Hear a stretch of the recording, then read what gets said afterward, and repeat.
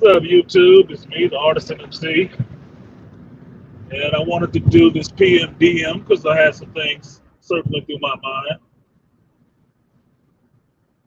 What's up, no one? One second. I told you, this thing is so touchy. You don't want it to be. And then when you do want it to be touchy, it feels everything else but that. So this PMDM can be summed up in two songs on. First one is by Tracy Lee. Came out in the mid to late 90s. It's called Living on the Edge. And the second one is by Miley Cyrus playing Hannah Montana. And it's called Decline. And it's from the Hannah Montana movie. Why I know that song? Why I bought the soundtrack? Because I have a daughter. And the song was actually kind of awesome.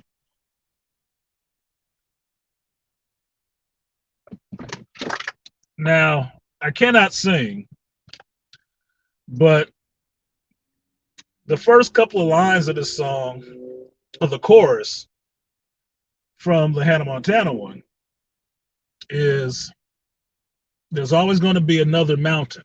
I'm always going to try to make it move. There's always going to be an uphill battle. And sometimes I'm going to have to lose. It doesn't matter how fast I get there. All that matters is what's waiting on the other side. It's the climb. And I remember taking my daughter and her friends to see that movie when it came out. What up, D. Scott? I remember taking my daughter and her friends to see that movie when it came out and getting to that part. And for the most part, look, I told you guys, having a daughter is a lot different in some ways than having a son.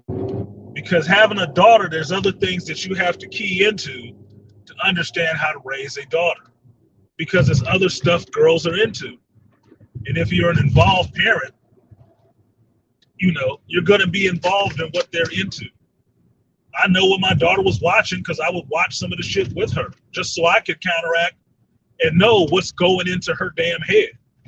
What the television programming is trying to program into my daughter. And I sat there like a good soccer goalie, like, get that shit out of here. Nope. That's my job. So while I might have objected to the delusion, which was the Hannah Montana show, my daughter wanted to go see that movie. I took her and her friends to see that movie. And I ended up getting something out of the movie. The songs in that movie and the theme of that movie were actually good. And that song specifically, The Climb, stood out to me. Now, why is that a good song? It's a good song because it's singing about struggle. It is. It's a girl singing about the struggle with her career and her love life and family stuff. And understanding that it's going to be difficult. It's going to be difficult. But it's not about how difficult it is. It's about making sure you do it.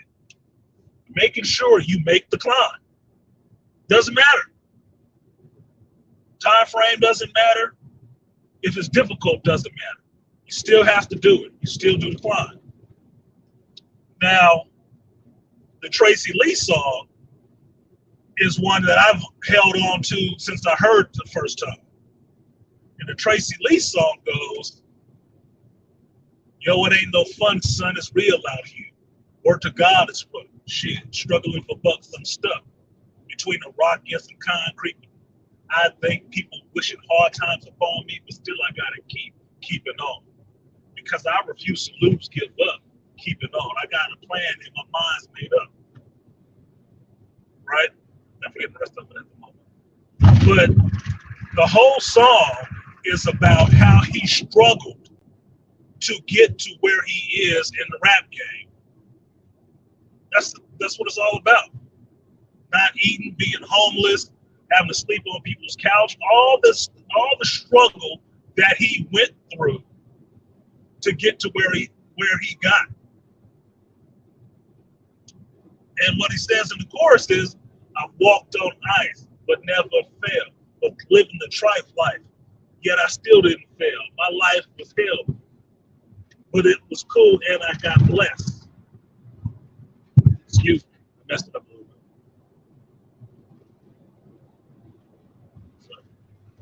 bit. But that's what it's about. And it has a clip from Run DMC, Living on the Edge, right? It's a good song, a good mellow song that talks about struggle to get to where you want to. Now, the two of those things come together because I'm thinking about crap that I've been dealing with the last couple of weeks, and more specifically, the last couple of days. And something I just saw before I left really just came together like Tetris blocks for me. I figured how to flip it, to not have to talk directly about it, but to still let people know what's going on, is that, brothers, if you are one of the brothers that actually works a job, does not own your own business, works in a restaurant or something like that, it is your responsibility, if you're in there, for you to look to the right and the left at your level, wherever level that is. And if there is nobody beneath you, or just a person one level beneath you, you have not been in this company for a while and you've only made it up one level, you need to push yourself and move up another level. If you look right to the right and the left of you at your level and there are no other black men, you need to move the fuck up. You need to move up. Whatever level you are at, you need to move up. Make the climb. Now, why do I say you need to make the climb? Not because it's going to be easy. It's not. You are going to meet resistance like you're running into a headwind with a sail on your back. You will meet resistance. But you need to make the climb for one reason and one reason only. Because you got to part the ways for the brother that's coming behind you. And you need to be able to put yourself in a position to where you can hire people and you can hire brothers. Plain and simple. You need to push yourself to be in a position where you can be the guy others can rely on to look out for them within that structure.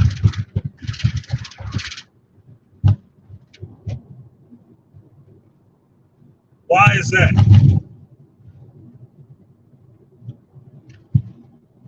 It is not easy out here for a black man inside any corporation. It's not. If you wonder why there is a large contingent of black folks who are within corporations and move up, or black men that move up, and you think they've sold out,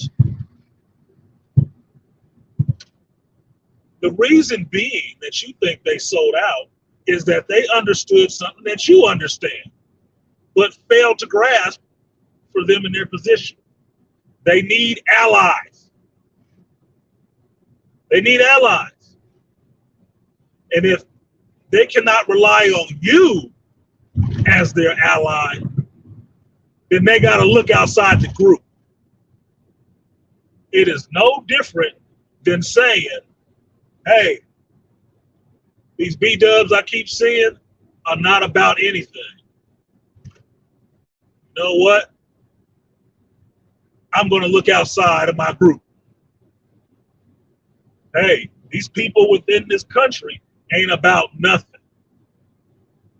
You know what? I got a passport. I'm going to look outside my country to find what I need. No different.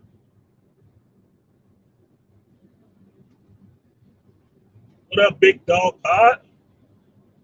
The number one thing that keeps any brother from moving up in any corporation is the undermining and the bullshit. And the reason why it works so well on brothers, because the first thing they'll try to do is attack you being via stereotypes. Loud, too masculine, or he might be aggressive, or he look like something might go missing. That's what they're going to attack you with first.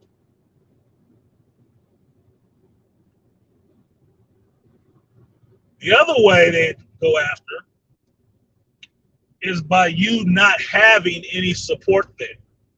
And best believe, if you're the only one, you have no support. You have no support. There is nobody there to advocate for you.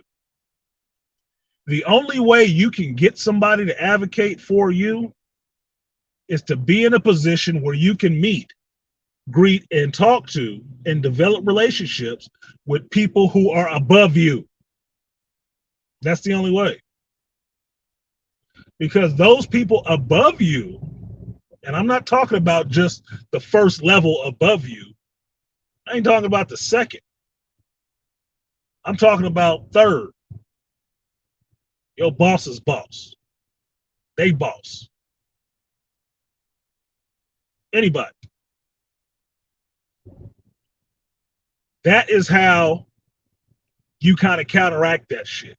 Because there may be a whole sieve, a whole siphon, or excuse me, not a siphon, a whole funnel that only one of you gets in at a time. But once you were there, you need to make some connections above you. It's all well and good to be liked by the people standing next to you. It's all well and good. But a good rule of thumb, my Hawaiian supervisor that I love dearly, Rose, told me, is that you have to decide really quickly when you get into a corporation, do you want to be liked or do you want to be respected? Very quickly. And I say this from somebody who is married to a black man. She knows the struggles. But she's also a minority, so she's not blind to this shit either. That woman has done more to put on people of all color, black folks, males and females, and held everybody accountable than I can shake a stick at in my 50 damn years of working. Or excuse me, not 50 years. But, what, 15? Damn, finding it hard to do math. 35 years of working? She's done more. She's put on more black folks than I've ever seen.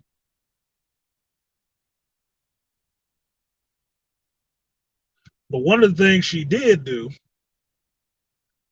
is make sure they get exposure so other people can see how awesome they are.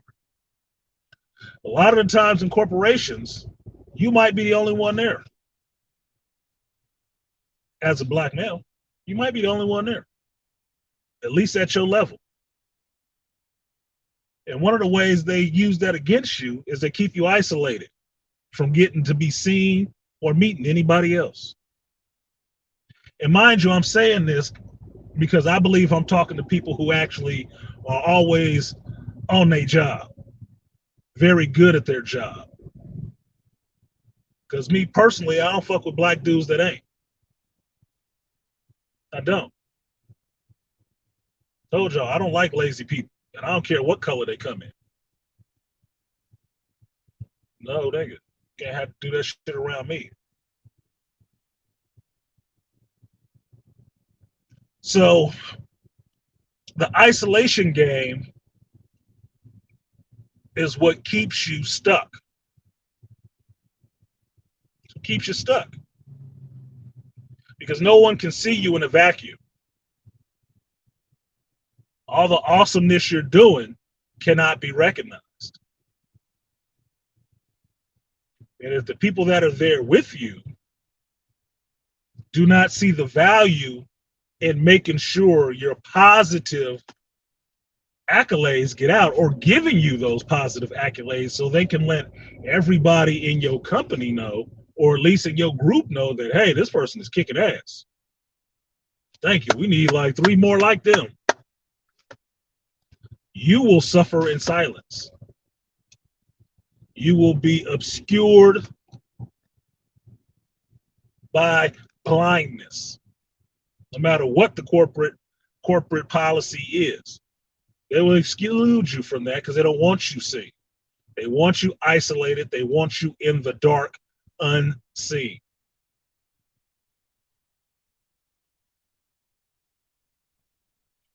Now, how do you kind of break out of that? You move up.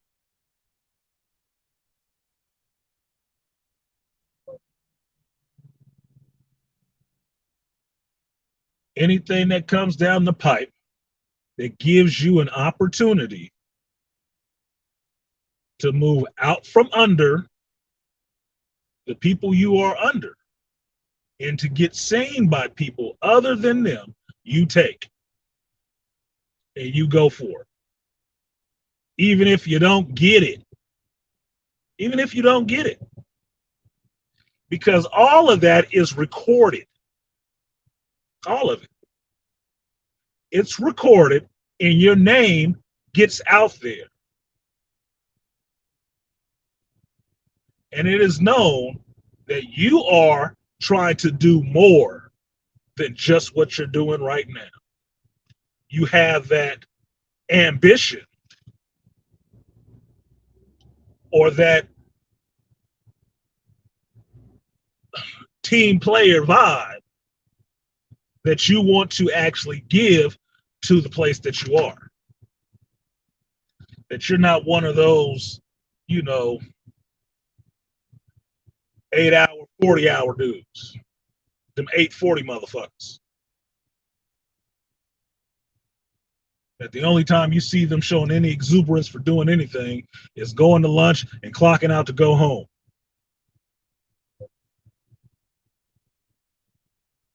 And half of that time they spend at work, they standing around bullshit.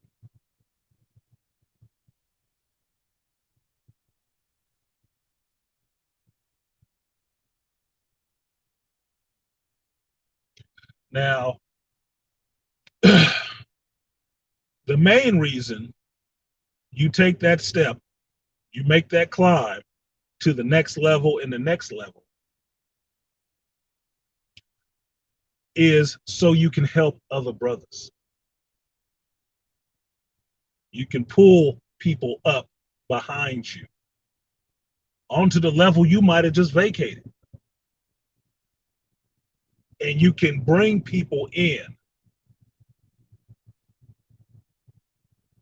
to make more than just one of you there. And make no mistake about it, the reason why you face a lot of resistance in moving up is for that reason, that very reason. They don't want you to have power to bring anybody else in. But after a point, they can't deny it. Yeah.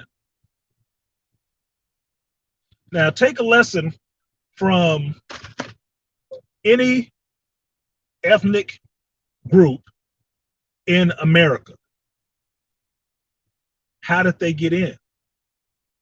Think of any of these professions, trades, government agencies, any of that shit that seems like it's all of a sudden just full of one kind of people there.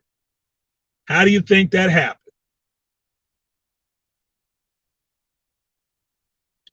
Because one got in, which led to 2 got in, which led to 4 got in.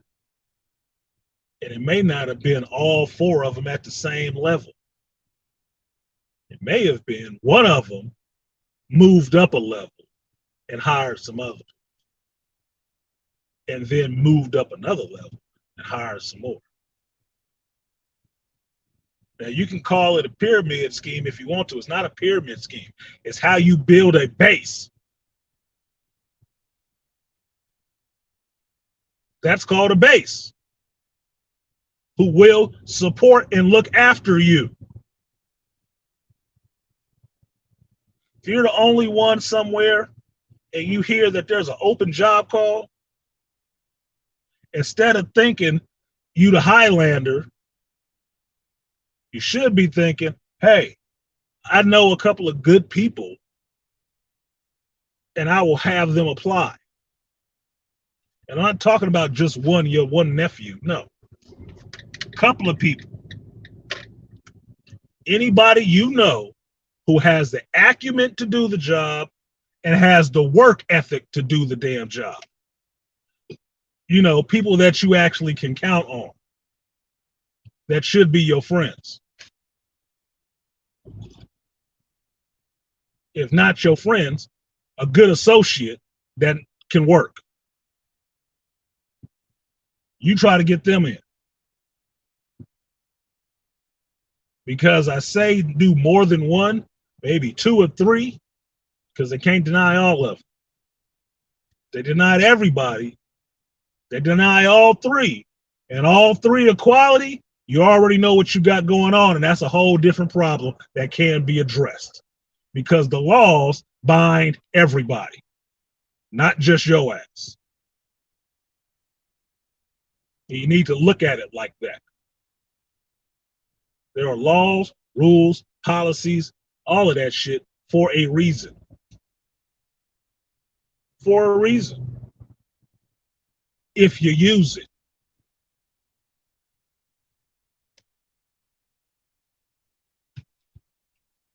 So out of those three, one of them will get on. And if they're in the right mindset with you, they on the same shit you is, which means you have picked some quality people to be around you. So now you're building your base. And now you can look out for each other. Now this it used to happen in construction a lot. If one of us were on a job and that job said they needed more people, they would let all the rest of us in the group know. So if we were looking for work, we knew where to go. And in construction and carpentry, you will go through some companies. I told you guys, it's a fucking carnival. And they picking up workers in any town they show up in.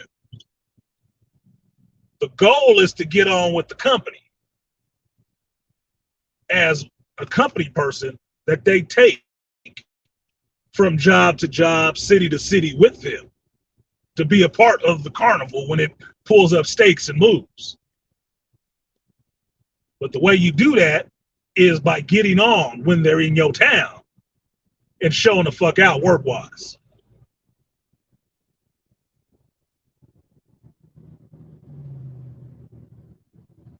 So in construction, you do that. Like, hey, they're looking for a couple of carpenters. You working right now? Yeah, I'm working. You know anybody who's not working?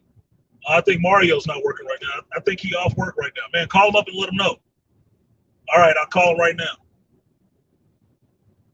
Where's the job? Who's the foreman? Who does they need to talk to?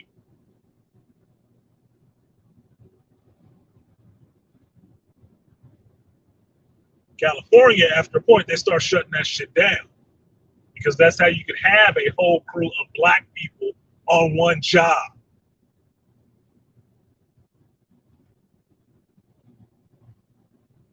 After like 2008, they killed that shit. The economy, and before then, union regulations killed that shit. Because some dudes wasn't never hitting the union hall. Only time you hit the union hall was to pick up your new dispatch. That's it. So the new employer knew your rate.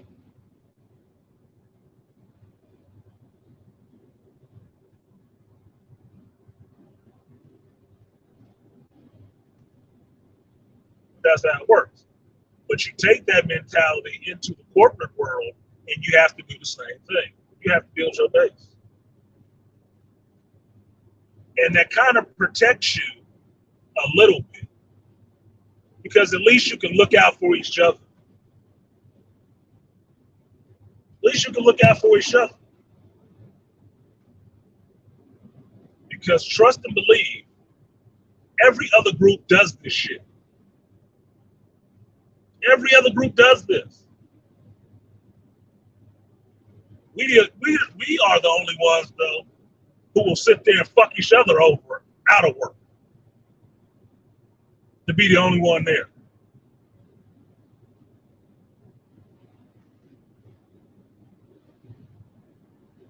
To be the cool person amongst the rest of the races.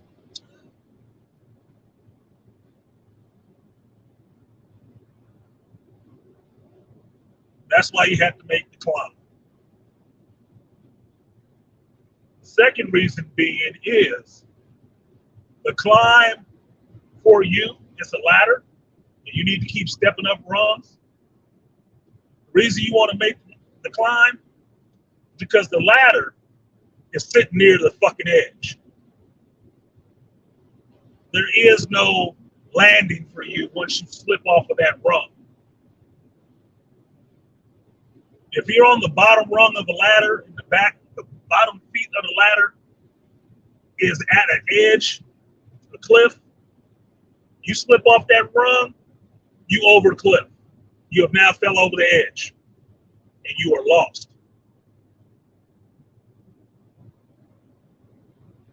But if you move up a rung and slip down one, you're not over the edge. You still got one rung below you.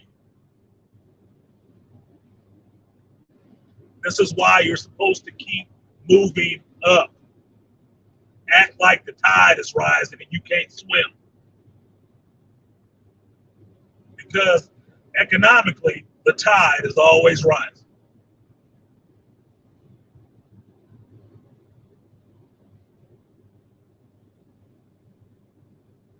That's why you should always move up. My mentality getting into any company is to move up. And you can break it down, because for me, I judge it in 6 months increments. 6 months in a year. In 6 months, where should I be? In 1 year, where should I be? In a year and a half, where should I be?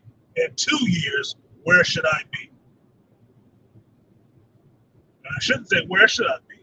Where do I want to be? And that's how I can judge if the company that I'm working for is actually being fair to me, or they're on some bullshit. What up, I'm listening. Because any company with a good worker should always try to push that good worker up into more and more higher profile positions, because it makes them look good. Makes them look good.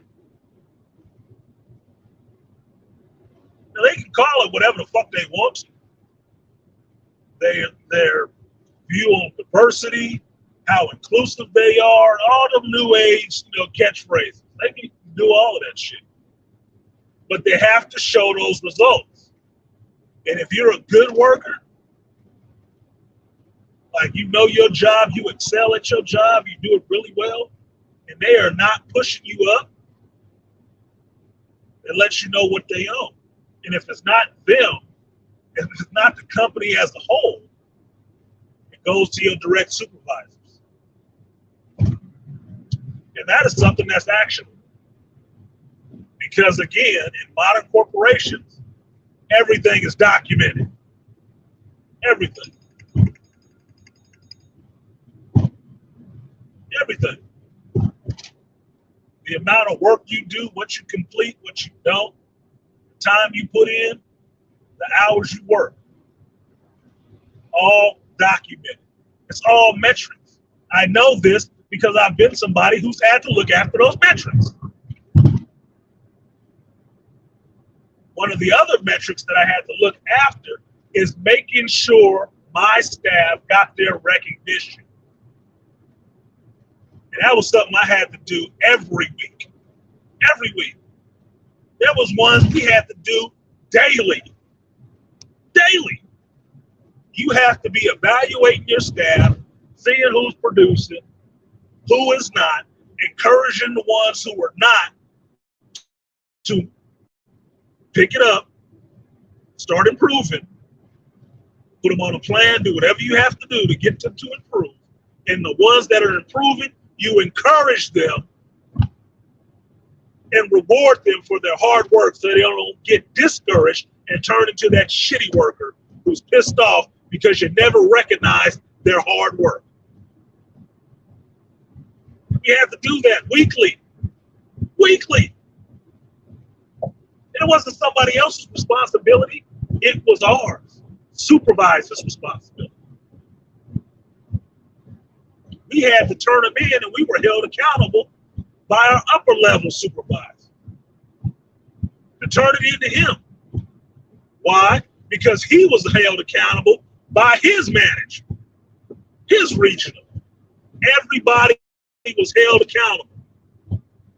And you were responsible for looking after the people under your charge and picking up, bubbling up the ones under your charge that are really kicking ass, who are really putting in that work and making your job. You're required to do that shit. And if you didn't, there were consequences. All the way up the chain, up and down. Even the subordinates had the ability to big up their co-workers at their level, who was really kicking ass, really helped you out.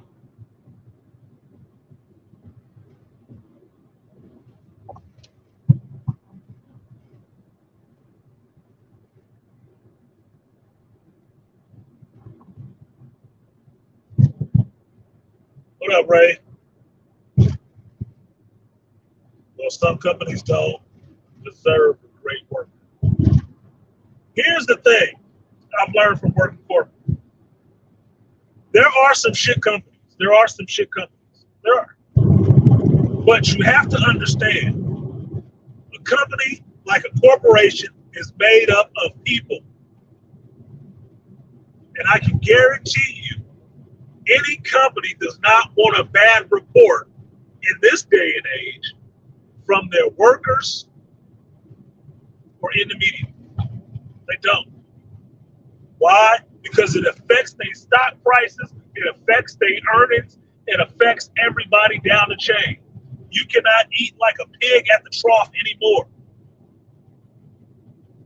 You have to service your customers, and you have to service your workers. Because if you have a bunch of disgruntled workers and you do nothing about it, then you are failing as a company. Any company worth their salt that spends the money on an HR department knows you don't have a company if you ain't got workers. You ever seen something wrong with just a bunch of middle managers? It runs like shit because they don't know how to do the job anymore. And some of them never did the job.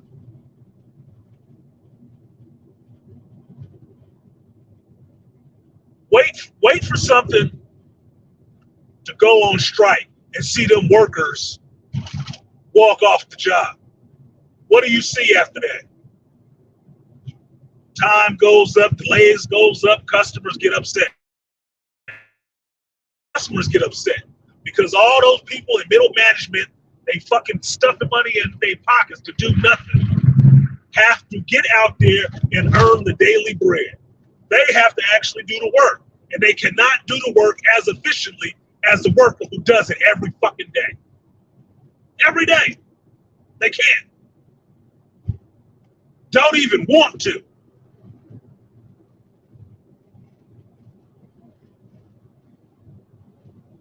So in this era where good workers are needed, and especially since post-COVID, where the pool of workers that you can find has dwindled, you need to maintain the best workers you have. That's why, at least in California, you're seeing a lot of companies start upping their wages because they lost people. You weren't paying them enough. Somebody else was paying them more. They fucking left you. That is all your skills and your training gone, lost, brain drain. That's what it is. That kills a company too. Would you want to buy a computer? Not even that. Let's keep it simple. Would you want to go to a burger joint where you might have been going to it for years? And every time you go there to get your food ready, you in and out about 5 minutes or so, right? You order, they got that shit hot, some fresh stuff, like in and out, bam, you got your food in less than 5 minutes, you out and on your way. Would you want to go to that same place again when every time you walked in there, it took a half hour for you to get what you needed? Because everybody in that fucker is new and don't know how to do their job. And every time you come in there, it's a new crew of people and they still don't know how to do the job either. Would you want that? Fuck no. No. You're like, what the hell is going on in here? Every time I come in here is something different, somebody different. Y'all must be having a problem. Maybe I need to take my money to the other place till y'all fix your shit. Companies can live and die by their turnover numbers. They can. That's why they track it. That's why they track it. Because it's a loss of money in time and training to constantly have to keep revolving dooring workers.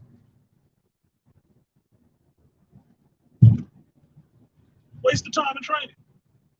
The last corporate job I had, just on one trip alone, just on a trip to send me from California to Atlanta to the corporate office to stay for a week for training, had to be upwards of about $10,000, including the training. Round trip plane ticket, room and board in the hotel for a week, and feed me as much as I wanted to eat 3 times a day. And then pay the instructor to stand in there and teach me shit that I need to learn for my job. That's about $10,000 worth of time and training. And mind you, they started paying me for that week of training. They started paying me from the time I left my home to go to the airport. And they stopped paying me from the time I got off the plane and drove back home at the end of that week when it was over. That's serious money invested in people, invested in a person, training, in everything. It would be a goddamn waste and look completely bad on some profit and loss or some earnings statement to find out that we spend $10,000 every 3 months, every year, because we just got them in here and then we got them out. That's actionable. I can think of a certain person right now who used to be my upper level manager, who out of a job right now because of shit like that. The loss of people with the investment of money in those people was astronomical. Too fucking high. This is why when I get all passionate about why KK has not been kicked out of Lucasfilm and Disney altogether, it's like, dude, that's too much money. Their accounting must be different. Because I know how quickly that can happen for some people. I guess she ain't hit the ceiling yet. Privilege. That shit costs. So, companies are made up of people. And sometimes doing exactly what I'm telling you right now, shitty people fail upwards, right? Shitty workers usually do end up meeting and networking with a lot of people above them. Because it's a real funny thing that really shitty workers are always good at social politicking. Always. You know why? That's how they insulate themselves. Because they don't have the skill to actually do the fucking job. But they do have the skill to social network. And that's what they work. They work the social network to move up. They climb. Oh, because, we like him. Oh, yeah, she cool. But your hard, diligent workers don't have time to be playing social networking games because they're usually too busy getting fucking work done. They don't have time to stand around and chit chat all the time.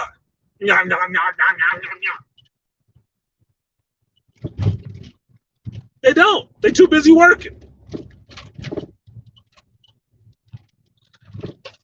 As a smart supervisor, you learn those things. You figure them out. You figure out behavior of people. One of the things we used to have is that if you always in my face, who's doing your job while you over here talking to me? Or while you standing there talking to somebody else, who's doing your job? That's how you break that shit up.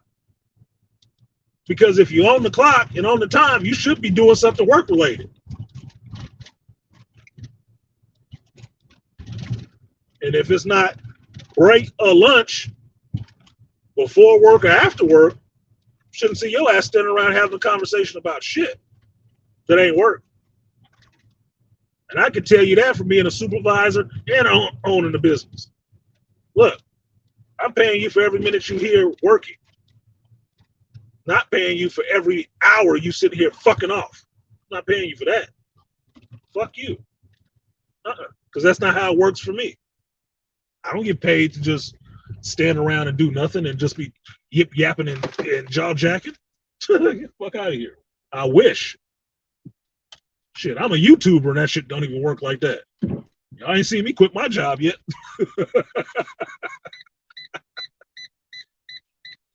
I don't get paid for shit for talking shit.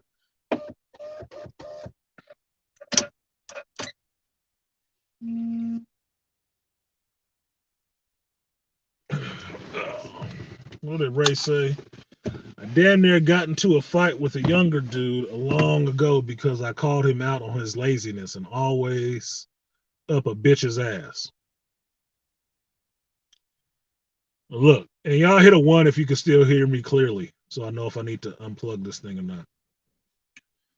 One of the drawbacks of working in a co-ed workplace is, at least if you got a bunch of heterosexual people working together, some dude is always going to be simping after a chick, or some chick is always going to be trying to flirt with some dude. It's always somebody there that needs more attention from the opposite sex than their work demands. Or I should say, than their work can allow. And they will go out of their way to make sure they up in that bitch face or she getting that dude's attention. Now, women, you kind of understand it because women always want, at least heterosexual women, always want a man's attention. They always do. They're always fighting for that. Even if you got to, even if you have a woman at home, if she was at home all day and you came home and just got on the game or start working on some other shit, she would be pissed off at you because you ain't paying her no attention. You cannot have a flower and not give it any sunlight and no water.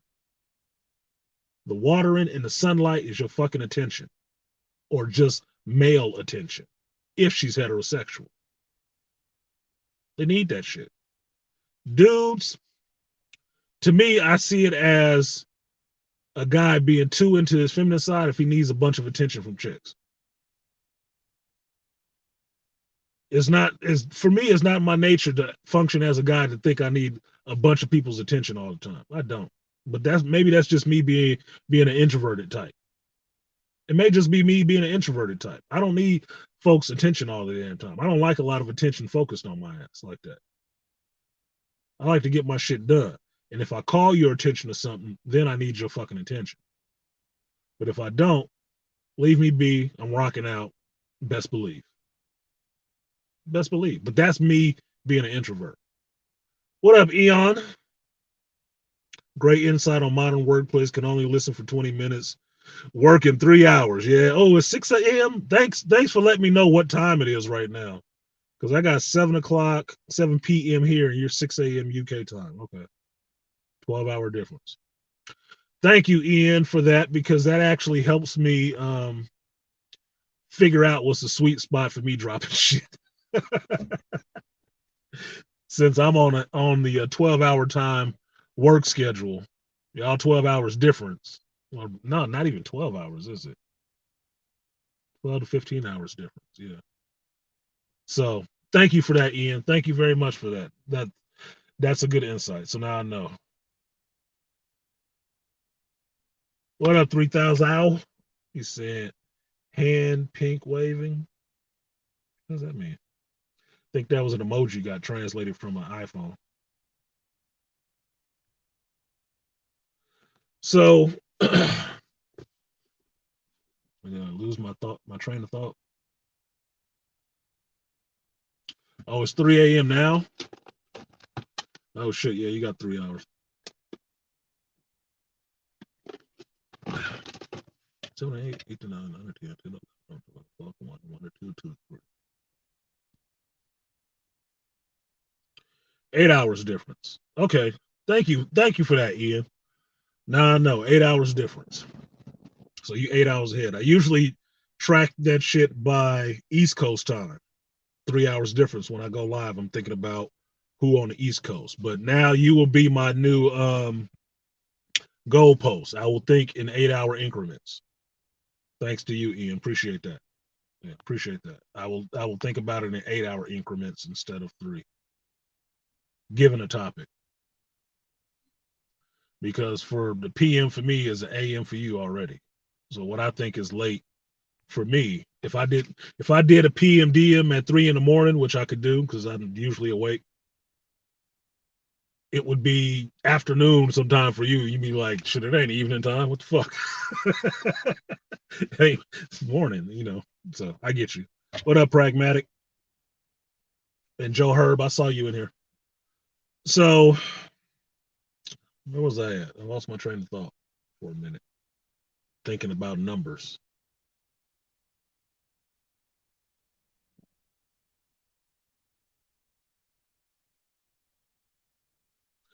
You should be getting paid every minute that you're on the clock. You should be working every minute that you're on the clock because that's what you get paid for. So yes. So when people fail upwards, they bring people along with them doing the same thing I'm talking about. They bring people along with them that will back them up in their laziness. That's how you end up with a bunch of shitty workers in one place. It's not because there's no filter on who's hired and who's not. It means that you got somebody shitty in charge of hiring. And they keep hiring people that are like them. That's how.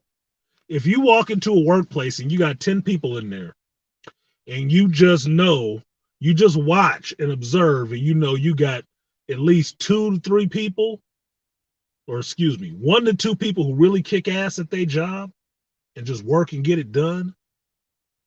And some people that just kind of do it, but you got to coax them a little bit. And a bunch of other people that just fuck off, predominantly people that fuck off. You know what the hiring process is. You can figure out who's doing the hiring. Because you'll always have a majority of people who reflect the hiring person. When I had to hire people,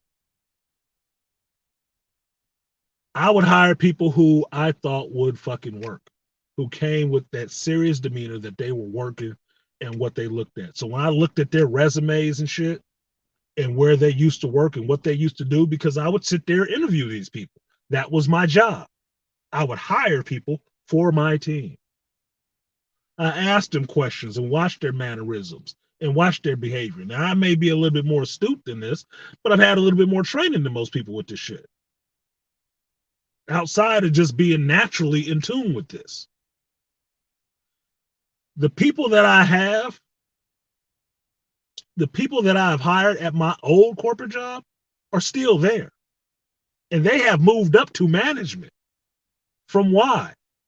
Me hiring them and me training them. And they're still there. Solid people working there still. I've been gone from there for years. Why is that? Because I hired people who could fucking work, who were about working. Great personalities, good people to hang out with, but their primary disposition was that they wanted to do their job, and they just wanted to do that. Cool. Once they got on, I didn't leave them to languish in obscurity. I kept pushing them up and giving them responsibilities so they would get exposure, and kept believing in them and pushing them to stretch themselves a bit out of their comfort zone and be in charge of some shit. One of them I found out recently, or at least 2 of them. One I can't take much credit for because he was a grown man. The other one, he was on my team. I was the first one to make him in charge, co-soup or co-lead of the team. He didn't want that shit. Didn't want it. But I watched how he worked. I watched his demeanor. I watched how he interacted with people and said, that's the person that needs to be bubbled up. And when I was asked by my manager above me, who do you got that can take your place? Well, nobody yet. Well, who are you working on to be able to take your place? This person, this person. Brother and a Latino. And I paired them together, and they, if I wasn't there, those 2 was in fucking charge.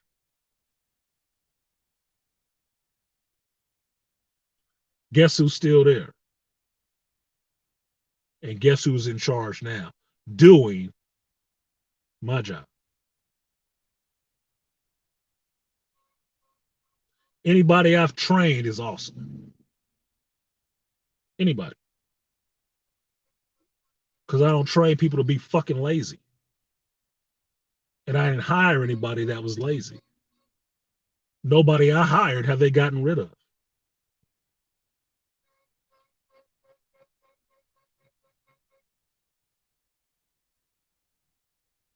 So, to Ray's point, shitty companies is because you have a bunch of shitty middle managers or shitty supervisors. But if you want to look at it more closely, you look at the people doing the hiring. And then, if you don't see it there, you look at the people who are in charge of the folks that come in the door. Because one of the things you will watch, you can watch and track it, is the turnover. How long people come through this door and they stay in this company. And if you see, as most often happening at the 1 year or so mark, you find out who's in charge at that level. And then you'll find your fucking problem. Focus there and you'll see what's going on. Because the main thing for any company is to retain good workers. Why do people hate Walmart and love Walmart at the same time? They love them because they got cheap prices and they everywhere. They hate them because they got a bunch of shitty workers in there. Well, who hired them motherfuckers? And if they hired them, why didn't they get ran out the door? That comes down to your supervisor, doesn't it? Not holding people accountable and not being able to build a team and bring them in line with the goal of being an awesome worker. So you have not 10 people, 2 of them really good, 7 of them full of shit.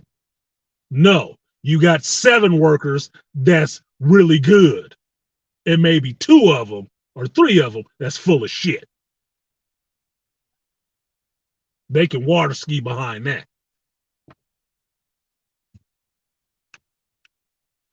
I find it weird that women hate not having attention, even from guys they don't like at the workplace. Yeah, no one. That's the weirdest fucking thing. But it's because it is in their nature to need attention. It's in their nature. You know the women who don't want attention from dudes? I don't. No, that's a joke. No. Even your mousy, quiet, nerd chick, socially awkward female, that does exist, it's a lot of them, wants attention from men. Even your stomp down, die hard, I only break for vagina lesbian wants attention from men. It's biologically in them. Because if they don't want attention from men to fuck them, or just want to think about the promise of possibly fucking them, they want attention from men to make them know I'm better than you.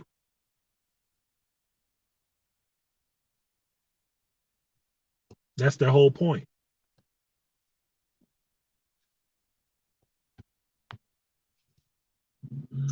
Can you truly have job fulfillment and peace of mind if you fail upwards all the time? Surely that is unsustainable for the long term.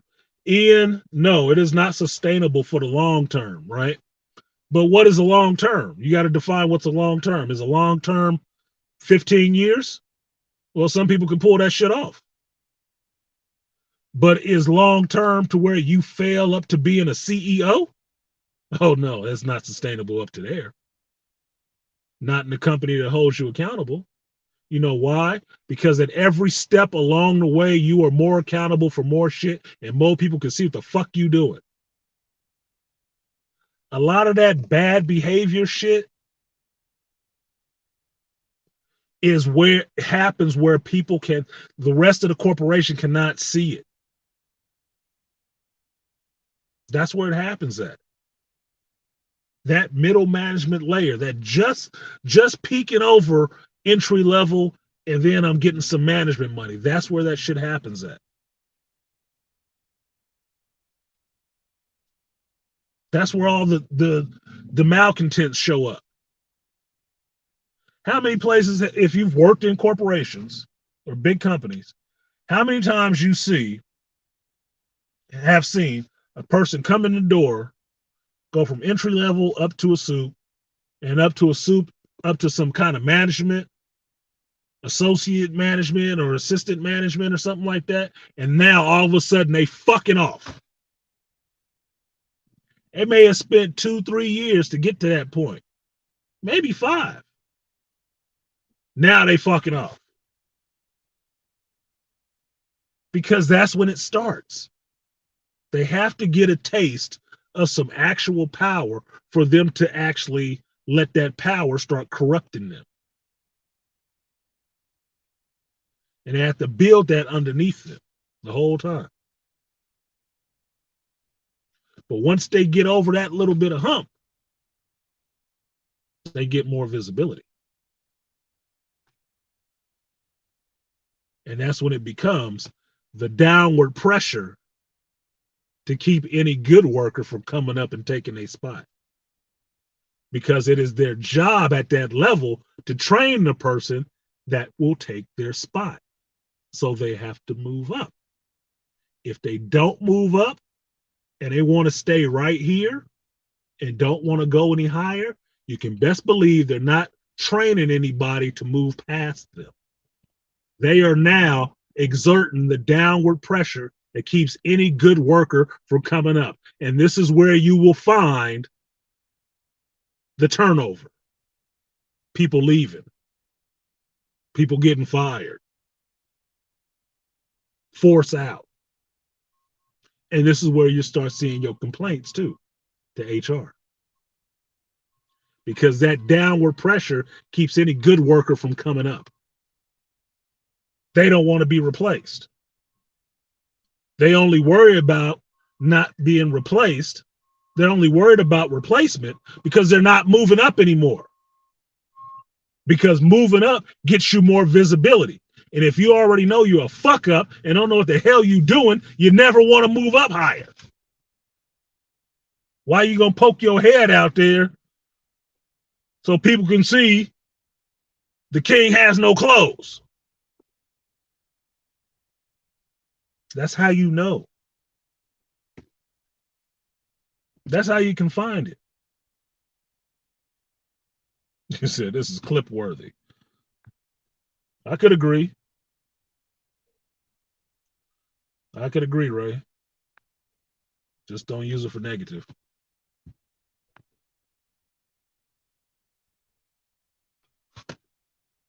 The air is thinner as you climb. It is. That's why everybody can see Mount Everest, but everybody ain't climbed up to that bitch. Because most of us don't want to put that kind of work in or put our nuts on the line like that. Now, as black men, you should. When you step into a company, you should look at that shit like Mount Everest and say, ain't everybody reached the top, but I am. And start making your climb. Why? The main reason why everybody is afraid of going up and moving up the ladder is the first thing you'll hear from them. Aside from some bullshit about they don't want to work that damn hard. The main thing is fear. Oh, if I get up there, I fuck up. They'll fire me. Well, as a black man, you should never worry about that because they'll fire your fucking ass anyway. Even if you never move up, they will always try to find a reason to fire you. So what's the difference?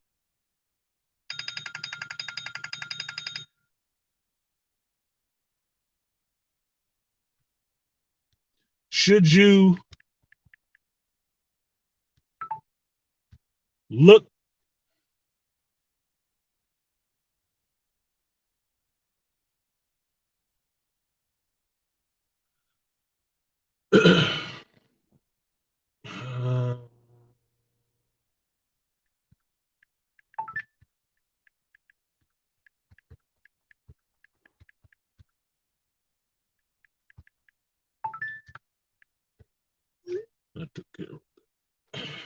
sorry, work shit.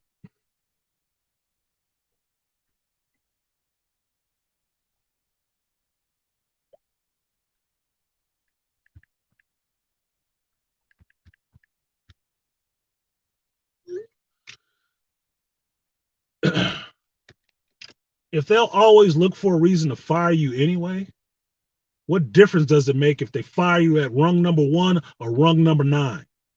What difference does it fucking make? Seems to me like a fucking Easter egg hunt. It would behoove you to get out there and gather as many of them goddamn eggs as you can before the whistle blow. And not stay in the safe place nesting on one fucking egg, hoping it will hatch before time runs out. No, you should keep moving. You should keep trying to move up. And anybody who stops you from trying to move up, you should find out what their fucking issue is and call it on the carpet. because that is not the goal of any corporation. It's not their goal. It's not their goal to have a bunch of workers that never want to move up. How the fuck can the upper management ever retire if that happens? They can't. There's something I learned in construction a long time ago. And when I learned this, that's when I started calling myself the game in construction. Before Triple H, before I ever heard of the rapper. Right? Well, not before Triple H, because I did it because of Triple H. But I recognize I am the game. And what did that mean? That means the next 30 years of this company, or this trade, excuse me, the next 30 years of this trade works off my back. I'm carrying this for the next 30 years. With all the skills I've learned, with everything that I have on me, I'm the one who makes sure that these dudes that's retiring, the people who train me, can retire and actually have money in their retirement, because the trade still goes forward with good workers who demand a high salary. Not a bunch of dumbasses who will get a high salary but do substandard fucking work for it. This is what's wrong with construction right now.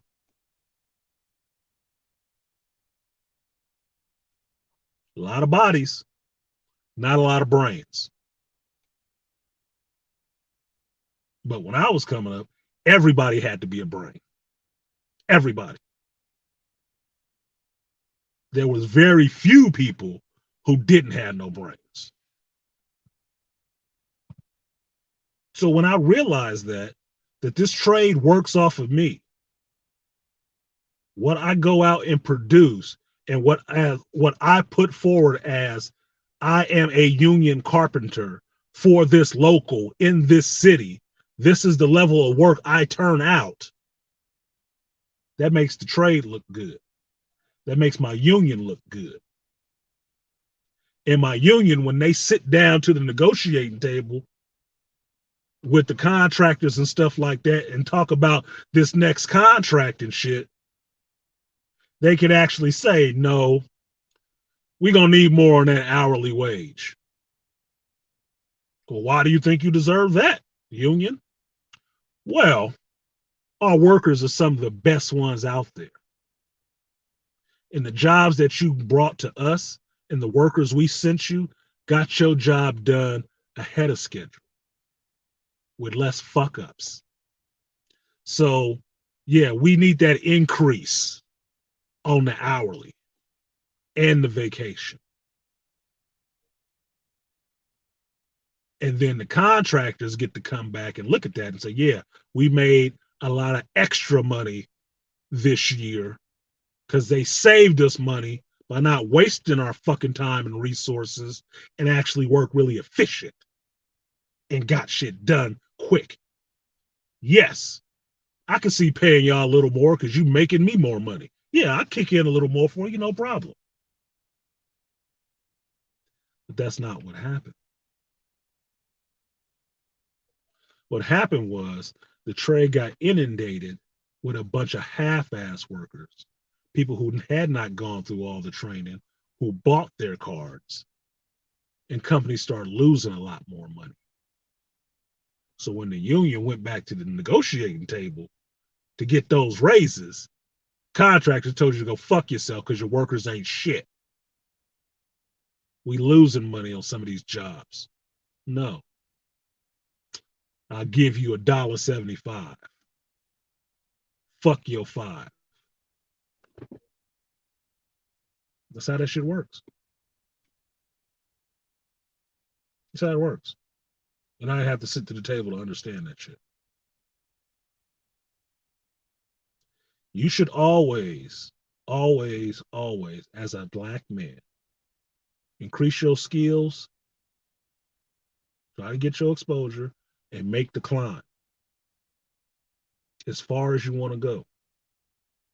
And if you hit a spot where you feel like you don't really want to go no more here at this company, then you need to be looking for another company to get into. and then make the climb there. Because where you make a lateral move, side to side move, is at the same level and maybe at the same pay or more pay. You can make those, but you should always be trying to make the climb up. From where I stepped out of one corporation, I started back at the bottom in another one because I didn't go for a lateral.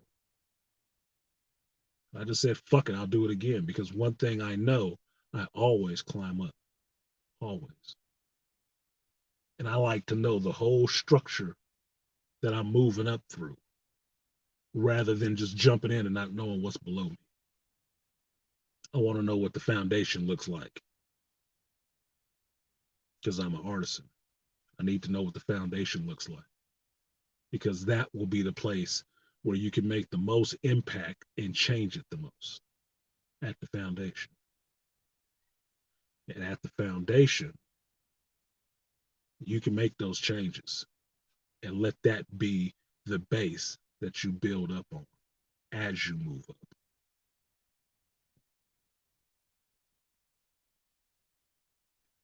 Hey, Bert, that's it. Because I already know as a black man, entry level is a couple paychecks away from being homeless. So you should always be trying to move up past entry level. Always. Because like Dr. T has said many a time, ain't nobody coming for your ass. Especially if they don't know where the fuck you are to come for you.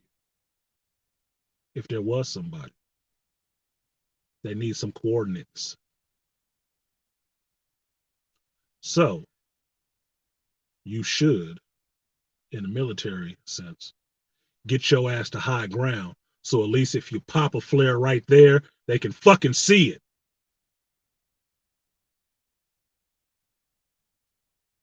But they're not gonna see it if you got your ass down in the valley below the cloud cover. Move the fuck up. Because below you is the abyss, is the edge.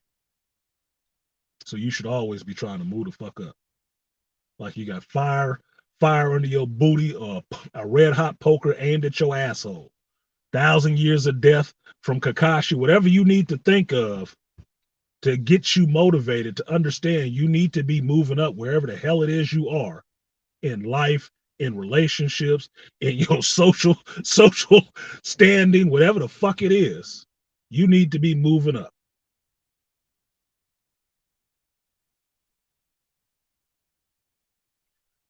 So you can get some other people there with you. At least to get into a position to be able to have some other people there with you, or at least to be in a position to have some other people looking out for you. Fuck that crab in a bucket mentality thinking that because you realize there's crabs in a bucket and somebody's going to try to pull you down, that you should never try to climb up. Fuck you. You should still try to climb up. Because the funny thing about the crabs in a bucket, that there's always one trying to pull them down. Them crabs never stop trying to climb out that bitch, though, do they? There's always one still trying to climb out. No matter how many times, how many others have got pulled down, it's still some people trying to climb out that goddamn bucket. Well, that should be you. You should always be doing the climb. And that's my message today. Make your way up to help yourself and to help somebody else that looks like you, to help another brother up. Because if you're the only one somewhere, sooner or later, you're going to need that hand. And sooner or later, somebody below you will need yours. So act like a goddamn barrel of monkeys and help them up.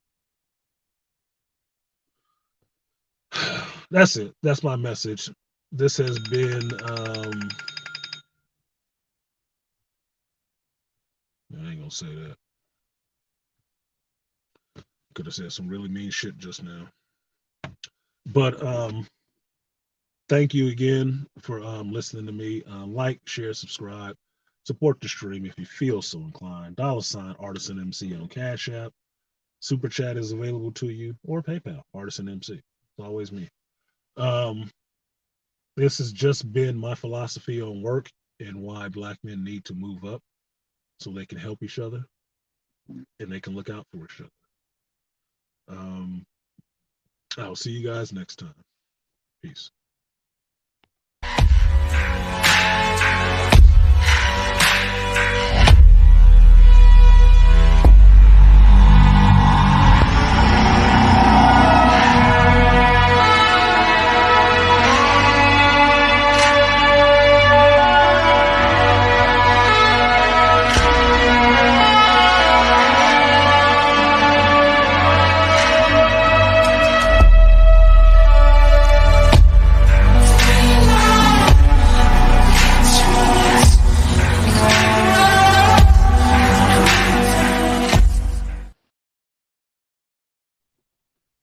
Oh, BTM showed up late. Spankings for you, young lady.